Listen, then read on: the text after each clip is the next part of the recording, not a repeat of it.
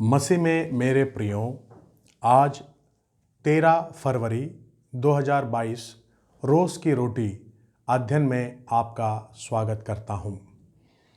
आज का वचन है भजन संहिता 25 अध्याय पद 6, साम्स चैप्टर 25 वर्स 6। भजन संहिता 25 अध्याय पद 6। यहाँ पर इस प्रकार लिखा हुआ है, हे यहोवा, अपनी दया और करुणा के कामों को स्मरण कर, क्योंकि वे तो अनंत काल से होते आए हैं। हालेलुया। यहाँ पर हमें एक प्रोत्साहन मिलता है। वो क्या है? यहाँ पर भजनकार परमेश्वर का दास कहता है, हे यहोवा, अपने दया और करुणा के कामों को स्मरण कर। परमेश्वर के काम कैसे हैं? दया के काम हैं। उसके जो भी कार्य हैं वो दया से होते हैं और उसके जो कार्य हैं वो करुणा के कार्य हैं।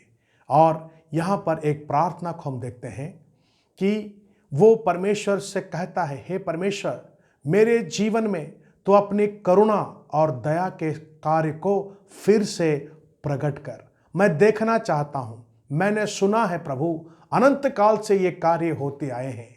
मैं जब अपने पूर्वजों की कहानी को सुनता हूँ, कैसे तूने उन पर दया करके उनको बचाया, कैसे उन पर तूने दया करके उनको बंदवाई से छुड़ाया, ये अनुभव वो अपने जीवन में देखना चाहता है। दावीद ये प्रार्थना करता है। वह कहता है, हे परमेश्वर, अपने दया और करुणा के कार्य को स्मरण करना। क्यों दया और करुणा के कार्य को स्मरण करना? क्योंकि दया के कार्य से हमें आशीषें मिलता है, हमें छुटकारा मिलता है, हमें चंगाई मिलता है। बाइबल में नए नियम में हम पढ़ते हैं, मरकुस इसका 10 अध्याय और 47 पद में यीशु मसीह जो है एक जन्म के अंधे को चंगा करता है। वो तिमई का पुत्र है, वो अंधा है, भिखारी है, रास्ते के किनारे बैठकर भीख मांगता है।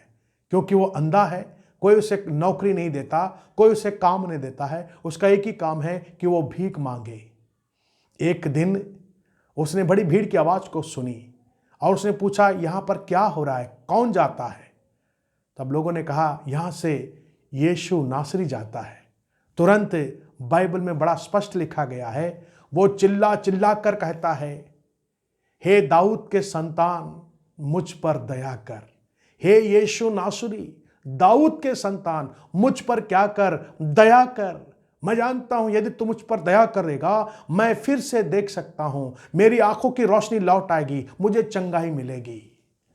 मसीह में मेरे प्रियो, क्या आज आपको परमेश्वर की दया की आवश्यकता है? यदि है तो आइए हम ये प्रार्थना करें, प्रभु से कहें, हे परमेश्वर, अपने दया के कार्य को, अपने करुणा के कामों को स्मरण कर। मेरे जीवन में दया के काम को तू प्रकट कर। निश्चय वो आपकी प्रार्थना सुनेगा। परमेश्वर ने उस अंधे व्यक्ति के प्रार्थना को सुनकर उसको चंगाई दी, उसको रोशनी दी, उसकी आंखों की रोशनी लौट आई, वो देखने लगा। परमेश्वर की स्तुति करते हुआ प्रभु के पीछे वो चलने लगा। आज परमेश्वर का अनुग्रह आप पर भी हो सकता है। परमेश्वर अपनी दया आप पर कर सकता है यदि आप ये प्रार्थना करोगे, प्रभु मुझ पर दया कर, मेरे बच्चों पर दया कर, मेरे परिवार पर दया कर। और निश्चय जो प्रार्थना करते हैं सच्चे मन से, परमेश्वर उनकी प्रार्थना सुनकर उन पर दया के कार्य को प्रकट करता है। आइए हम प्रार्थना करें।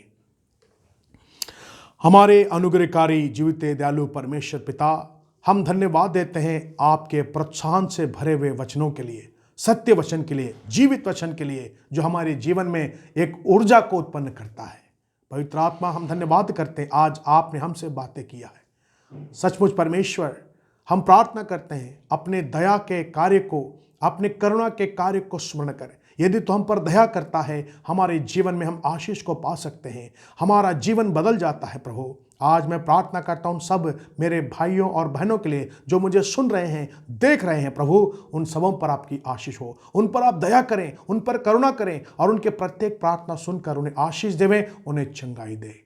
धन्यवाद देते हैं प्रार्थना सुनने के लिए। प्रार्थना यीशु ख्रिस्ट के जीवित नाम से होकर मांगते हैं, आमीन।